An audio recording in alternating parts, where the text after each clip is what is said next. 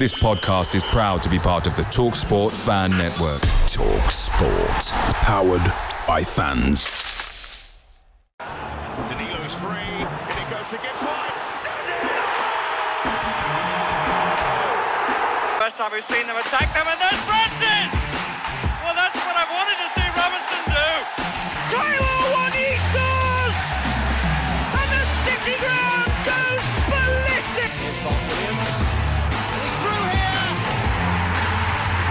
And in the end, Forrest will say it doesn't matter how you play as long as you win it!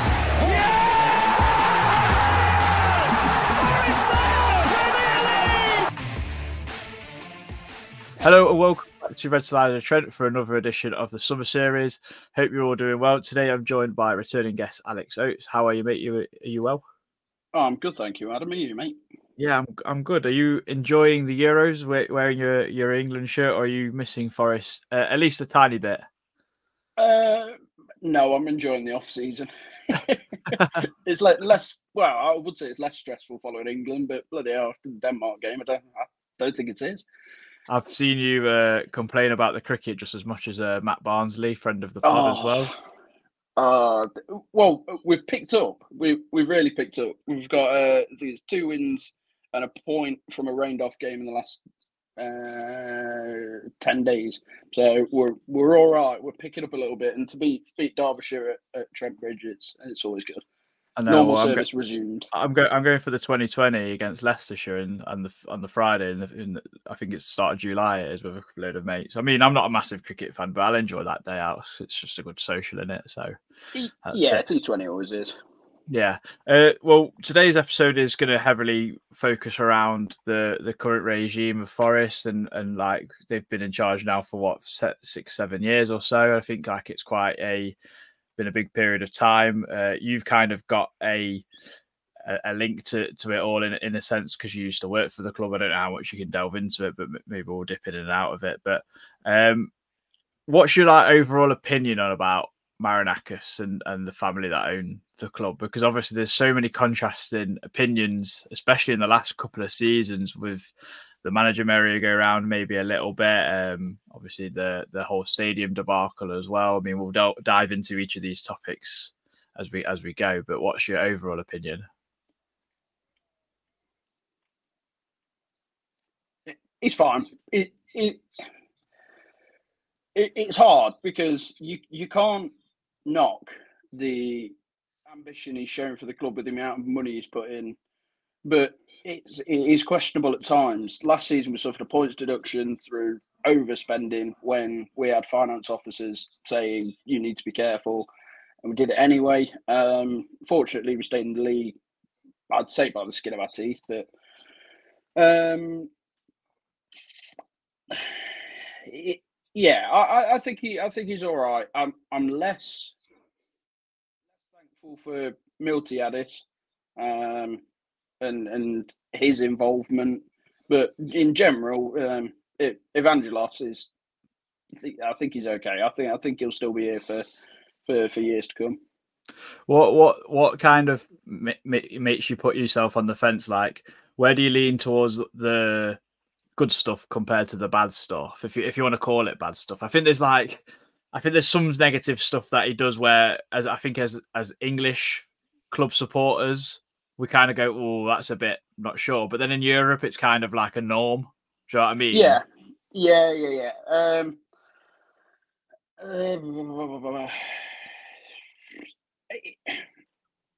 It's like I can't explain it in any better way than you said.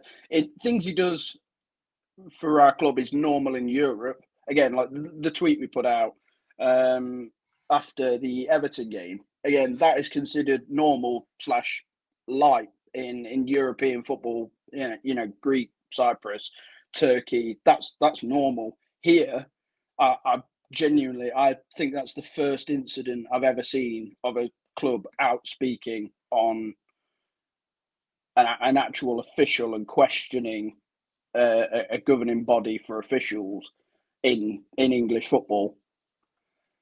Certainly to that extent. On a playing devil's advocate here, on another scale, it was actually probably quite needed because we was on the end of so many wrongdoings. We complained, and all you get is an apology. I think that tweet, Reese, we put it in our quiz. Reese put it in the quiz or something, and it reached like 5.5 million views, or no, it was more. It was like 40 million views. 46 million. Like 46 million views. So like it went global and kind of like really put a microscope on officiating in this country. And then we're seeing it last night as we do this pod in the Netherlands-France game where Anthony Taylor's at the centre of it all. And I mean, he's not made that decision because then his linesman's put the flag up and then VAR have looked at it and then agreed with the flag going up. For me, I think Anthony Taylor should go to the monitor and look at it himself. In the time that that they're waiting around, he could easily go over to the monitor and have a look himself. So there's a point to it all, but also like it's kind of like, well, you're making us look like a bit of a joke, but I actually agreed with it in hindsight. I actually thought it was needed in a sense. Maybe other clubs will kind of follow suit eventually. Yeah, well, I've swayed both ways with it. As soon as I saw it outside the ground, it was 2 minutes after I got outside the ground. I just went, that's not good. But like you say, the longer it's gone on, the more I've I think the more traction it got. The more people, initially the reaction was, I can't swear on here, but what are they moaning about? And then once people saw the incidents and there were fans of other clubs going, no, this is right and it does need change. And I think last night's game for Holland versus France solidified that. It was the same VAR official that gave it, in my opinion, the wrong decision. There are going to be some people that disagree with that, French people, but it's the wrong decision. He was never ever getting to that bottom corner ever. It's the incorrect decision from Stuart Atwell. Again, I think that's the longest decision we've had so far in this international tournament. And again, it's English officials. And I was reading through tweets yesterday, and there was Spanish, French, all sorts of like international people saying, "Oh, bloody hell, the English are back at it again. Oh, what a surprise! It's Stuart Atwell, it's Anthony Taylor." It's the most PGMOL thing to happen. We questioned those specific officials going to the tournament, and they've had 2 clangers in 2 games. I genuinely don't understand why our refereeing standards are so in the gutter in this country, and yet they get away with it because it's a boys' club. Yeah. I mean, it is what it is. But like, I think that from the Marinakis regime was kind of right. I think where we kind of lean towards the stuff that they do wrong is like, I don't know, Marinakis really getting involved with like what looks like managers and players and that sort of thing. But also you could like argue that at least he is president and he does care. It shows he cares. But also we had that with Fawaz when he was like tweeting like fans on Twitter and stuff and like calling them Spider-Man. The OK Spider-Man thing is absolute comedy gold. But like, so it's kind of like a doomed if you do and a doomed if you don't kind of thing. I can kind of see it from both sides. Like if me and you were like running the club and we were not to be seen getting involved with certain things, people would be like, well, where's their commitment? And then if you get involved too much, you go, well, hang on a bit, you don't know anything about football, let them run the club. Where do you see that angle from? I see it from the same sort of angle you do. There's no denying his commitment, but normally the best owners are the ones that aren't seen. You know, I don't know all that much about Brighton, but you don't hear any sort of negative press about people like Tony Bloom. Again, but you flip that onto the clubs that aren't being run well, and it's like Moshiri at Everton is always getting involved, Glazers always getting involved, and I'm glad it's not the big guy himself being involved. He's sort of got his son to do that, but I don't like all of that involvement. I don't like that the owner's son being involved in transfers, in choosing the manager, that sort of stuff. We got promoted on the back of Evangelos putting the right people in the right places at the right time, and it was a success. You know, we had Dane Murphy as CEO pulling the strings. Again, I believe he sorted transfers. Was he in before Cooper coming on? Did he come in after? Because he just hired before. Cooper, didn't he? Yeah, He recommended Cooper. Well, there you go. You put a decent CEO, director of football in place. Let them do the jobs. If it's not working, intervene. If the club's going downhill, you know, get involved, sort it, hire someone else. But I don't like severe involvement from the owners. No.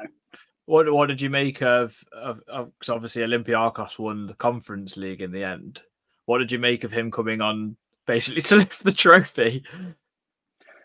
I think it's a completely different story over there. They absolutely worship him. We were in Rhodes at back end of last year. I was walking through Rhodes with a Forest shirt on, and there was a guy outside a restaurant, Greek bloke, one of them that tries to usher you in, blah blah blah. Olympiacos fan, and he just went Marinakis, and it's like he's a different figure over there. He's absolutely adored by anyone in red and white stripes. But the flip side of that is, I'm pretty sure the rest of the league cannot. He is a no-go for anyone else, because has he got ties into Greek politics? Am I reading too much into that? I'm not exactly sure. I know that him and the Panathinaikos owner are massively into like the media, and basically they slag each other off in the media all the time, which is a given. Being that I think they've got their hands in those pies, if you know what I mean. I'm not sure whether they've got money or what, but they've definitely got an involvement, because I think they make up stories about each other quite frequently. So I'm pretty sure one of the Greek owners did walk. I know it was in Turkey where someone come on with like they smacked the referee or something. But I'm sure someone in Greece has come on with a gun. Yeah. I mean, imagine that in England. That would be absolutely mental. I mean, mental things happen in this country. I'm absolutely sure that was the Panathinaikos owner. Yeah, I think it was. It was either that or it may have been the AEK Athens. Yeah. Like you say, it's going back to that point where things are normalised in European football that aren't quite here. Because can you imagine Marinakis and David Close of Derby going at each other in the media? You just can't. It's not English football. I mean, I'm here for it. I'm here for that, but it's just not English football. And whether we need an attitude change, I don't know. we might all enjoy ourselves a little bit more, supporting our clubs if that does happen. I mean, I think there might be some small changes happening, because it was reported that Mitilidas, I don't know how do you say his name, Miltiades? I don't know. But anyway, I've always pronounced it Miltiades, but Marinakis Jr. was supposedly bought 80% of Rio Ave off his dad. So hopefully that kind of sees him and his like efforts placed elsewhere, and maybe stuff at Forest actually starts to become a bit more normal. Like the Sirianos has now become like the global kind of recruitment guy for all of his clubs, and then I've completely left my head now. The bloke who we've brought in from Rangers, who is like our recruitment guy, our CFO or whatever you want to call it. I forget. Ross Wilson. Ross Wilson, that's it. I knew we'd come together and come get his name, but hopefully that kind of starts to get left to its own devices almost, and that starts happening, because you kind of see it with what's our recruitment, because we've kind of adopted this Brighton model now. What I wanted to ask you is, why has there never been like an explanation from the ownership of like what the 5-year, 10-year plan might be, especially to like supporters? Because you see that quite often at most other clubs, or at least you see evidence of it happening within like recruitment or managerial recruitment, especially. But I feel like at Forest, it's never really been a thing. And like Marinakis just came out in the market square and was like, prepare for trophies. All right, mate. Like, how are you going to get trophies is what I would like to know at least a little bit inclination of. But why do you think it's never happened? Well, was it when Nicholas Randall took over that we released a 5-year plan of trying to get into the Premier League, and that's the only thing of the sort that I can remember seeing. And then you had Simon Jordan. I was listening to Simon Jordan on TalkSport 2 days ago, and they were on about where owners' point of views come from, and he was saying that Marinakis, the first thing he said to Jim White and Simon Jordan at Wembley was, "Right, we're going to win trophies," and Simon Jordan was like, "Right, hold on a minute. That doesn't just happen. You know, that again, that is a diverse 5-year, 10-year plan, 3-year plan of again bringing the right people in, appointing the right manager to suit the right philosophy of the football club, of which I still don't think we know what that is." One second, let me just sort that. There we go. We still don't have an ethos around a style of play. Under Cooper, it would have been sit back, counter attack. Nuno, I'm not exactly sure. I mean, it's more front footed, but I really don't know. But yeah, I would like to see come out. Or Tom Cartledge. I mean, he's not the fans' favourite person at all. But I would like to see him come out and give a detailed 3-year plan, because we don't know if we're going to go down or not, but we're going to put the implements in place to, you know, avoid that happening and kick on. Because again, if we're looking adopting a Brighton model, they were like 16th, 17th, 16th their first 3 years, and that's pretty much the same as we have. Beg your pardon, we're going into 3rd year now, aren't we? Yeah, Div. But yeah, I'd take anything sort of 16th and above this season. I know that may seem negative, but stay in the league and again collect that money. We've now got bigger losses under PSR, so I believe we can lose the 105 million. So there's a bit more wiggle room for players to come in of a slightly bigger stature. Not until the end of June, but I'm sure we'll get onto that another time. But yeah, I think that there needs to be someone in the club that comes out with this plan. Yeah, I'm in agreement with you. The Nuno thing, it's hard to say because he's really had him 6 months, and I think he just needed to get results regardless of how he played. But I do think there was a style of play that kind of come to the front in certain games. Like, we was definitely like more counter-attacking against the sides that you expect to be counter-attacking against. And then I thought we actually put our foot on the ball and kind of showed a different side to us against the teams that we should compete against. So it'll be interesting to see how he gets on with a full pre-season and bringing players in. The Brighton model is a thing that gets thrown around now, because a club who's like not the biggest and they're not the smallest, I would say. I think that's kind of respectable to them. They've started to bring in players from all crevices of the world. Now, we're starting to kind of do that in this summer transfer market with what players we're looking at. We've bought in a player already. We've sent him out on loan straight away to Olympiacos in Marko Stemenic. I don't really know much about him apart from he's a Kiwi and he's come from Red Star Belgrade.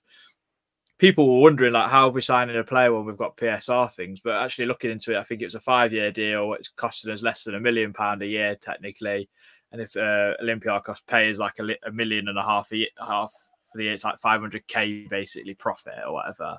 So I'm not sure what's going to happen in terms of raising this 20 million unless like Murillo's already pretty much been set to be sold before then. But as we record this on the 22nd of June, I said this to Lee yesterday, I'm not sure how we're going to raise this money with fringe players. I've not seen anyone be interested in any of our players apart from Murillo and then and Morgan Gibbs-White at the start of the season. So where do you see that, Gavin? I think I've seen a few more links than you might have. So Vlachodimos been linked to the Bundesliga. Obviously, Worrell's been continuously linked to Sheffield United. A recent one I've seen is Middlesbrough. Again, these are just Twitter rumours. Don't know how true they are, but they're from sort of minor journalists or local journalists around those clubs. But again, we're not going to raise 20 million in profit for Worrell, O'Brien, Dennis, Bowler, Vlachodimos, Turner, Bowler. There's players there, but I think between those we scrape sort of 15 million quid together if we're lucky. I think that, again, you might get 3 to 4, 5 million for Dennis off the ludicrous 15 million we paid for him. Worrell, you'll get a championship club offer sort of 3-4 million for him. O'Brien, exactly the same. Vlachodimos, I don't think he's got much stock. Again, a couple of million maybe.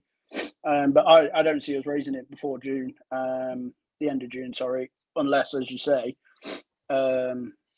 Murillo has already been sort of scoped to be sold and a deal is already made to be done, because there was an interview with him the other day where he said that he's had interest from England, Portugal, Spain, that he's sort of just going with it. Whatever happens. But yeah, if we don't do this and we are facing another PSR charge, it was stressful enough last season. I really can't be bothered with it. And then I think if we fail PSR again, the club really needs to look at themselves. I think someone at the club needs to stamp this to ensure it doesn't happen next season. Yeah, and it makes it harder for what players wanting to come, managers wanting to stay and come. It's a really, really tough situation. I mean, Everton had 2 points deductions. We were lucky enough that we had 3 clubs who absolutely stank the place out. So we was lucky in that sense. What I do like is the players that we have been linked to, like Carlos Miguel, who could look to challenge selves in the short term, be our long-standing keeper in the long term. He looks like an absolute man mountain. Brice Samba 2.0, but he's about 9 foot tall. Bradley Locko, Riquelme from Palmeiras, Eric Da Silva Moreira. I think Reece Nelson's been linked. I like the players we are getting linked with this season, and I think we've a few of us have said it on a few of these pods during the summer that we don't need loads and loads of players. We just need to fill small gaps. And like, if Nuno is to be believed in terms of what he's done in the past in small squads, then I think that kind of suits us to a T. If we get rid of a lot of deadwood and then like fill gaps and kind of have a little bit more depth, then that would be good. Where do you see us? Where would you like us to focus on this season? I've asked this pretty much everyone because I think everyone's got a different opinion. As in positions on the pitch? Positions on the pitch, yeah. Striker. A goalkeeper for the competition for Sells. Left back. Last season, midway through the season, I said a left winger, but that's Callum's spot. He's not moving. Possibly someone else on that side, in case he's injured. But the main sort of first team upgrades I make are striker, goalkeeper, left back. Yeah, I mean, Miguel coming in, that's goalkeeper. If Bradley Locko is to be believed to come in from Brest, that's left back sorted. And then I think, well, we've been linked with Che Adams. I don't know how much of that is a link because he could be going Saudi. He looks like he's been linked to a few other clubs as well.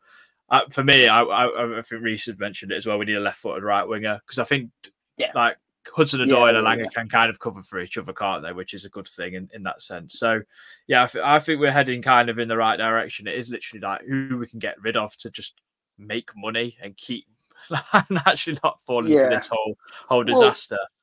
You mentioned the players that we were looking at, and I think we've it's almost like we've looked at Murillo and gone, oh, I mean, he's going for 5 times as much as we paid for him. Oh, Yeah. screw it, we'll do it again. It's like we're looking at like how old is he? Is he 17? That German lad from He's St. Pauli? 18. He's 18. That Yeah. Riquelme isn't very old. Bradley Yeah. Locko's not very old. Again, these are players that can come in, play in the most difficult league in the world, increase their resale value, and again could be sold for 4, 5, 6 times as much as we pay for them. I think that's good business, and I think Marinakis, Sirianos, whoever's behind sort of that scope. I know we've hired the chief scout from Benfica as well, haven't we? Yeah, Pedro Ferreira. I think we're looking in the right places for players. I think that those are players that will improve with time, and could have a very good resale value and a good addition to PSR finances. And then bringing it back to the whole Marinakis thing, it is something he has, and whoever is in his team within that have been very good at getting his value for money. Would you not agree? To an extent.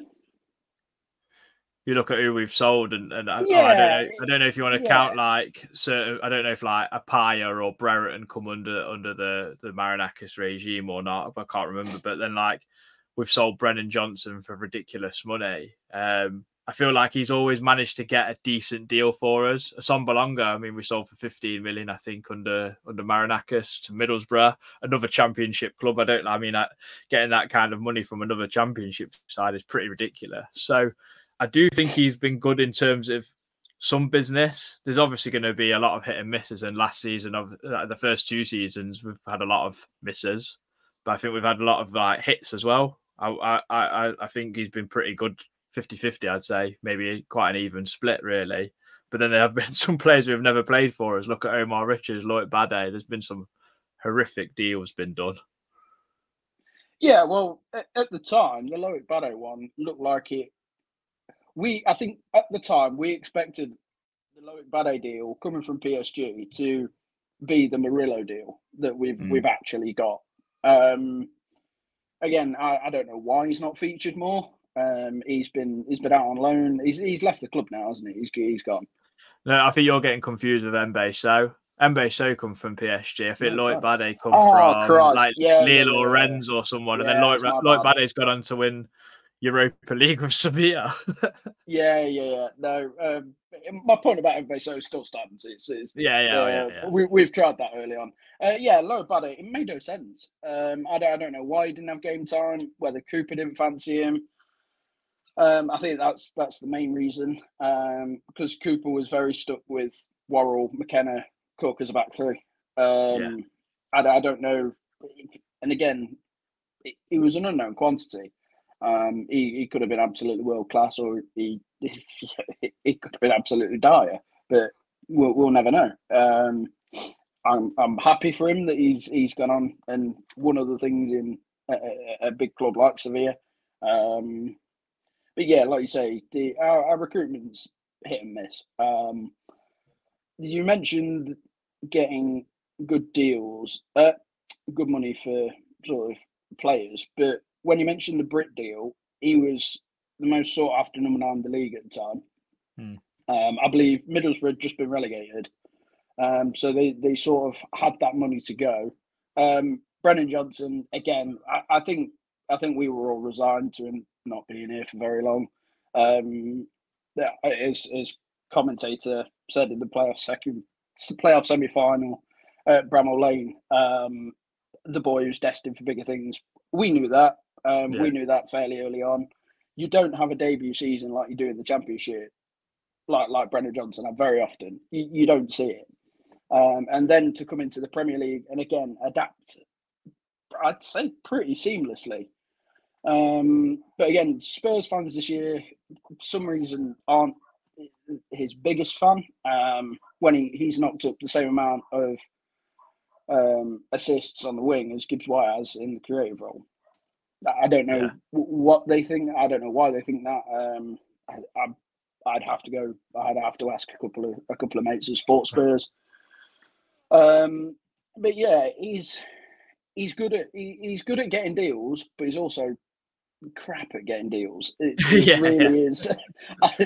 You know, spending 15 million on Emmanuel Dennis seemed okay at the time.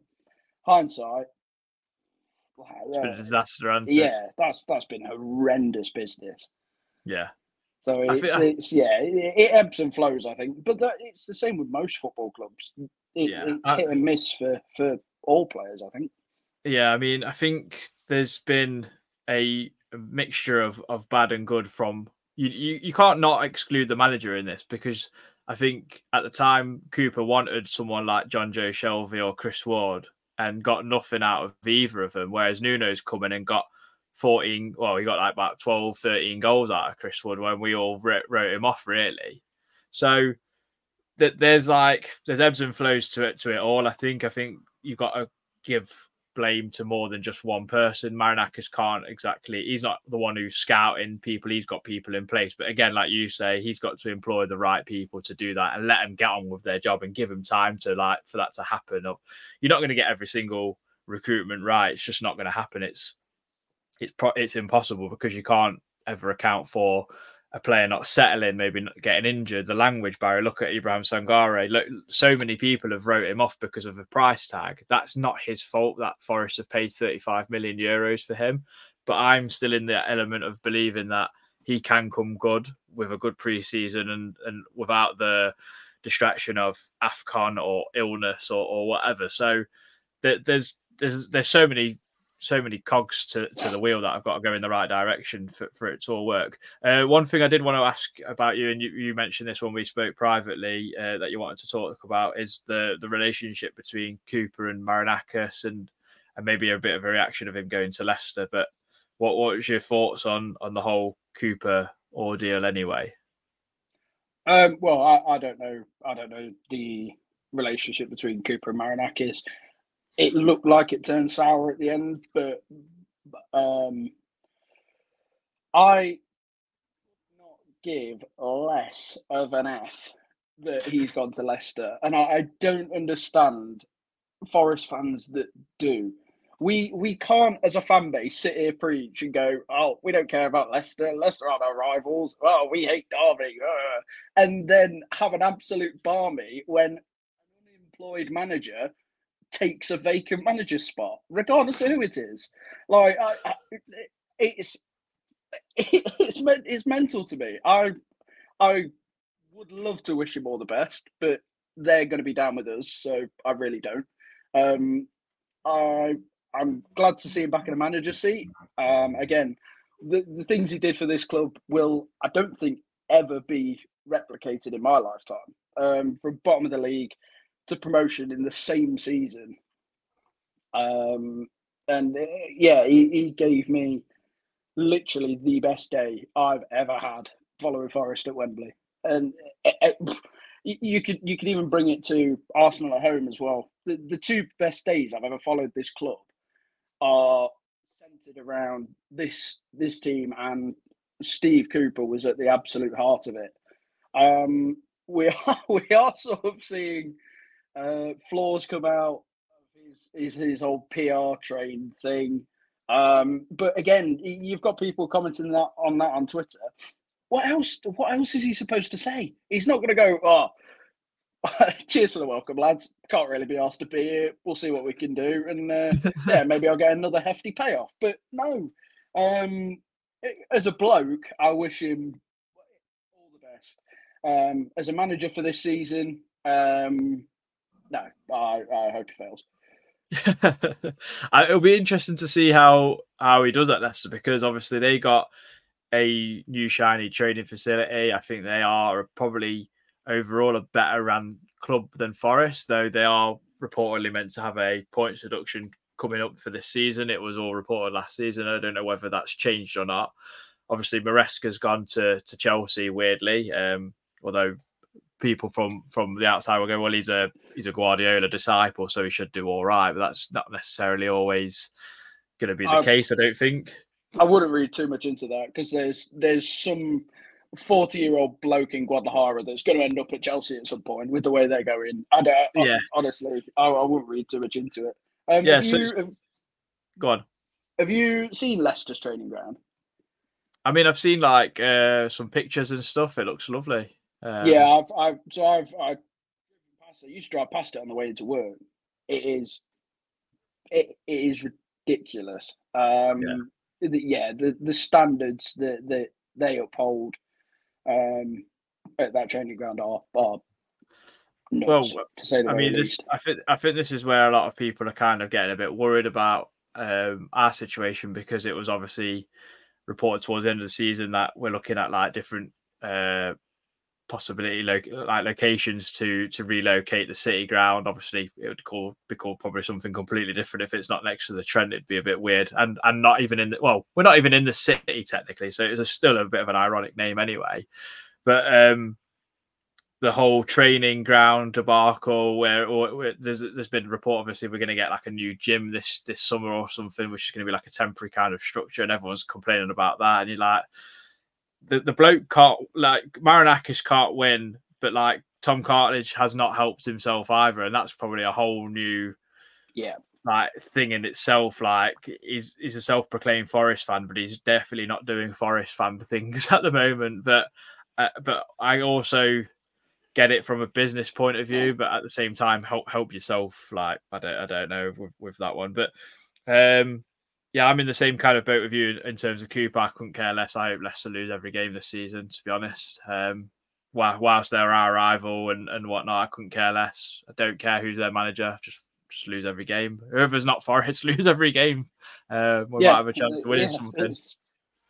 It's not a mutually exclusive thing to Leicester either. Like I say, No. I hope all three clubs that have come up lose every game and go back down. Yeah. With the addition of Brentford in there as well. I'll throw that in from my mate George. Yeah. I'll chuck that one in there. I hope they lose every game as well. Before that, the last question I've got about Marinakis and stuff, I did want to ask you about your thoughts on Nuno, because towards the end of the season, I feel like fans started to kind of warm to him a little bit. I think at the end of the season there was a bit of relief with it, like his celebrations at Burnley. It seemed where he was like fist bumping the crowd and kind of joining in with the celebrations a little bit. What's your opinion on him? Has it changed from when he first come in, or is it still pretty neutral? Well, I was sort of neutral when he came in. I sort of thought at the time, we were almost in the same boat Leicester had been in, because we were linked with blokes like Graham Potter, people sort of a slightly higher caliber, I guess. But no, I like Nuno.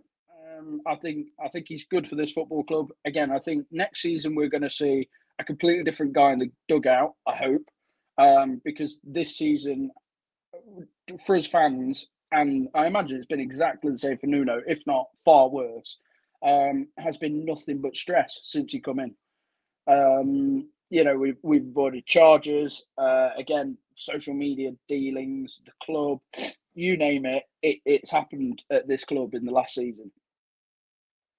And no, I want Nuno to do well. I like him. Again, there was something about him at Wolves. Charismatic, passionate, always on board with the fans, that sort of thing. And I got told by Wolves fans to be patient, because he wasn't like this in their championship season.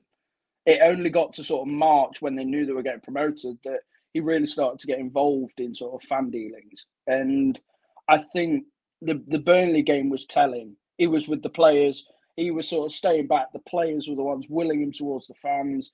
I thought it was brilliant. Burnley was, again, a brilliant day out and a good way to cap off the season, especially with another away win. Not that it mattered all that much. But no, I want us to stick with Nuno. And it's like going back to the 3-5 year plan sort of thing. I want us to get to the table with Nuno and go, right, this is the philosophy we're going to put in. This is how we're going to play. I can't remember how many years he's got on his deal. I think it's 2.5 or 3. I can't remember exactly. Yeah, something like that. But I want us to sit down with him and go, these are what we want from the club, and are you the man to take it forward? We want you to be the man to take it forward, and we're going to put the right players in the right positions for you under your consultation. Again, looking at sort of statistical analysis, are these players going to fit in this system? Yes. Can we get them at a decent price? Yes. Sign them. See how they do. And that's sort of the way I want the club to go. Every Forest fan wants progress, but I'm more than happy with sort of finishing 15th and above this season. That's okay for me. I'm absolutely fine with that. And I thought it was ludicrous that people were giving us shouts at top half last year. I said 14th, 15th would be okay.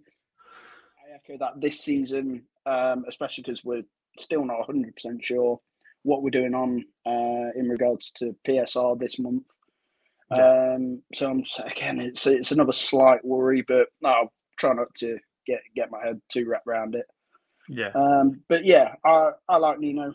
I want him to stay. I want him to build with us. I want us to build with him.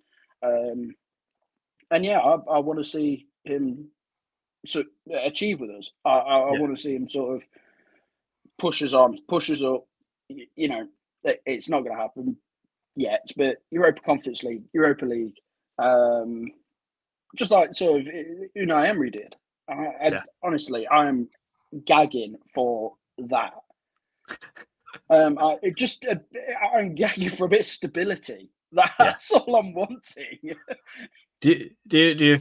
I think you've kind of answered the question. I think you've kind of answered the question I was going to ask of how I would have thought you'd have answered it anyway, which is to do with like what would you like to see this season. But I'll ask you something different. But I really echo what you say. I think like realistically, I think Forest fans should expect to finish mid-table if they want at the highest. I think at the lowest we finished just outside the relegation zone as a realistic goal. I think survival is the first and foremost target we have to get to. If we get to like 30 points and then you can kind of go from there, because it seems to like get lower and lower the survival target really.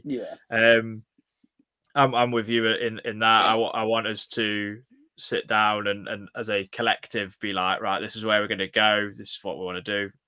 Pretty much what you said. I think that's a really good way of looking at it. And I think something I'd like to see is a pattern in terms of who we bring into the football club. Like we were one of the youngest teams, I think, outside of goalkeepers in average age at like 25 years old, which is good because then you can hopefully build with that team. I think what Murillo said in his interview, even like if he was to stay at Forest and wanting to aim for like top 10 and stuff, and I'm like, this is absolutely brilliant ambition shown by players, but let's temper expectations a little bit, because Forest fans see that and go, yeah, we're going to get into Europe, we're going to be playing like away games in Bulgaria and places like that. Like it's just, I'm not sure if it's going to happen straight away. I mean, I'd absolutely love it to, but it's not. But so my final question for you, Alex, and it's obviously to do with Marinakis, because that's what this episode's been heavily focused around. But what would you like to see from him this season, whether that's more involvement or less involvement or something completely different, or is it kind of circumstantial, because obviously the whole statement that come out after Everton was because of bad officiating that had been hitting us nearly every week. I think at the end of the season it was like nearly 1 in every 2 games we'd had like a decision go against us, wrongly or wrong, however you saw it, it was wrong half the time. I'll start by saying I cannot wait to get in an away end in a 3,000-seater stadium in some crap hole in Romania. Cannot wait for it. I think Marinakis needs smarter involvement. I know that's that's reading between the lines of what you've just said. But yeah, I think it needs to be concise what he does. I think it needs to be measured. He's not known for being the most measured bloke. He's a very emotional guy by all accounts. But often it seems like there are decisions made off sort of the gunpowder of a gun. It's very quick sort of emotional decisions.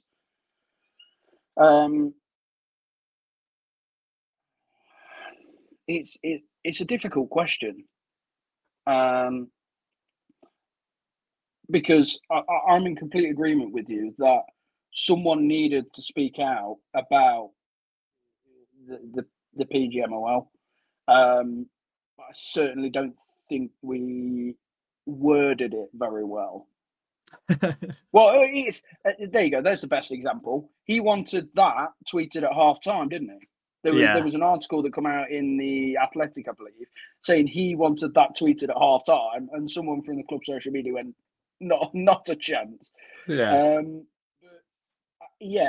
Again, it needed to happen, but I think it could have been done in a slightly different way, and maybe not on Twitter.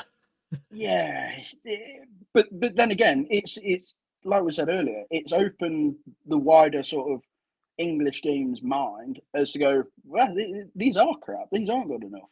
It's like, what? Why have we been sitting here accepting this most weeks, going, oh bloody hell, in the richest crap in the richest league. Yeah, richest league, worst officials, majority best players in the world in this league. It's the league 99% of high level players want to come to. Everybody wants to play in the Premier League. But yeah, I think he needs to be smarter. I think Miltos having his new toy in Rio Ave might be a benefit to us. Again, we may not get any of those sort of marquee Divock Origi, Jesse Lingard signings. Thank God. Thank God. No, I don't want to see Michy Batshuayi linked to us whatsoever, please. Thank you. Well, have you seen what he's doing? No. He's going from Fenerbahce to Galatasaray. So I do fear for the guy's life. That's boiling some blood. I think we need to be smarter as a football club moving forward. And I think that starts at the very, very top with Evangelos. Yeah, absolutely. I'm in agreement with you. I think sometimes he's been kind of accused of pulling the trigger too quick, especially at Olympiacos. I actually thought he held for quite a long time with Steve Cooper. I do believe, like, maybe in some sort of way he did want it to succeed, and it just kind of didn't. And then maybe I think like losing football games is always going to make you clash with an owner, a manager. It just goes hand in hand kind of thing when you're losing, because no one wants to lose. Everyone's a big competitor in one way or another, whether you like football or not. So I think it's been an interesting chat, Alex. I mean, we've not even touched on some stuff like the season tickets or the away ticket shambles that was last season, and now they're on about doing a ballot or whatever. I don't know. There's so many things. We're still waiting on away memberships to come out, aren't we? But I'm expecting a price increase for that. Just as every other ticket around the club. Well, my season ticket's actually cheaper, so more for you guys. There's a quick one on season tickets. Charge prices, disgrace. Some of the prices in other areas of the ground. Again, you've got age brackets going up by 40%. Disgrace. But other than that, from my personal view, 570 quid for a season ticket in the Premier League, I don't think it's unreasonable. But again, that's my personal point of view. I don't echo this on anybody else. That's sort of my view and my view only. I don't mind paying that. I could afford to pay that, but it's people in the boat that are sort of less off that I've had arguments with blokes on Twitter about saying, "Oh, it's a luxury. If you can't afford it, oh well, someone else will have it." It's like I hate that attitude. That attitude absolutely stinks, and it is vile towards another Forest fan. That you can just think that, oh, it's all right. They'll miss out. someone else will have it. But that started with the club tweeting the waiting list. That's where it came from. Yeah, absolutely. Anyway, but thanks very much for coming on, Alex. Quick one on England. Where do you think they'll get to? Round of 16. Round of 16. God, I said this. I said we'd. I said 2 weeks ago before it started we'd be the flop of the tournament, and I caught some flack for that actually. So people were like, "Oh, positivity is great." No, round of 16. I think we go out. Possibly quarterfinal. But yeah, so we need to be doing better than we are. We might turn up and. Even I had a little disagreement with you. Now I think, like in hindsight, I'm like, well, no, actually, you're probably right.